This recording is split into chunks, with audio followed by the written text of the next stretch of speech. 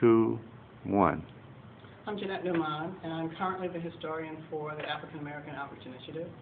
I've been with the African American Outreach Initiative before it was called the African American Outreach Initiative. The AAOI, as we called it, started in 1999 as a planning process. And at that particular time, the Ryan White Planning Council had a small amount of money, about $32,000, that needed to be spent but was going to go back to the federal government. And one of the executive directors of a community-based organization, Faye Brown Sterling, approached the Planning Council and wanted to do something that targeted African Americans living with HIV in the Atlanta metropolitan area.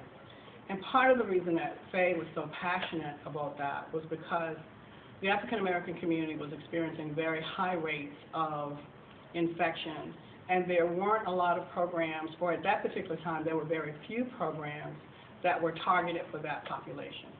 And what I mean by that is that some of the cultural nuances of African Americans really weren't being considered in a lot of the programs. And so people weren't necessarily taking advantage of the services that were there.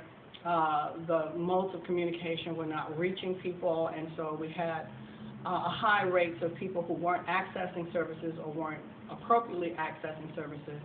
We had high rates of people who were not adhering to the medical regimens that were available at the time. And so a planning group was pulled together to make some determination as to what we were going to do with that small pot of money. So we actually met for almost a year to decide what we were going to do, and we ultimately decided on an educational forum because it was federal dollars and it was money from the HRSA, Health Resources Services Administration, HRSA. They were very specific about how the monies could be used and who the monies could be used with. So we had to be very specific about what we were going to do. So we decided on an educational forum, and we conducted a series of focus groups among people living with HIV to inform that forum, what we were, how it should be structured, what kinds of topics should be covered, where it should be held.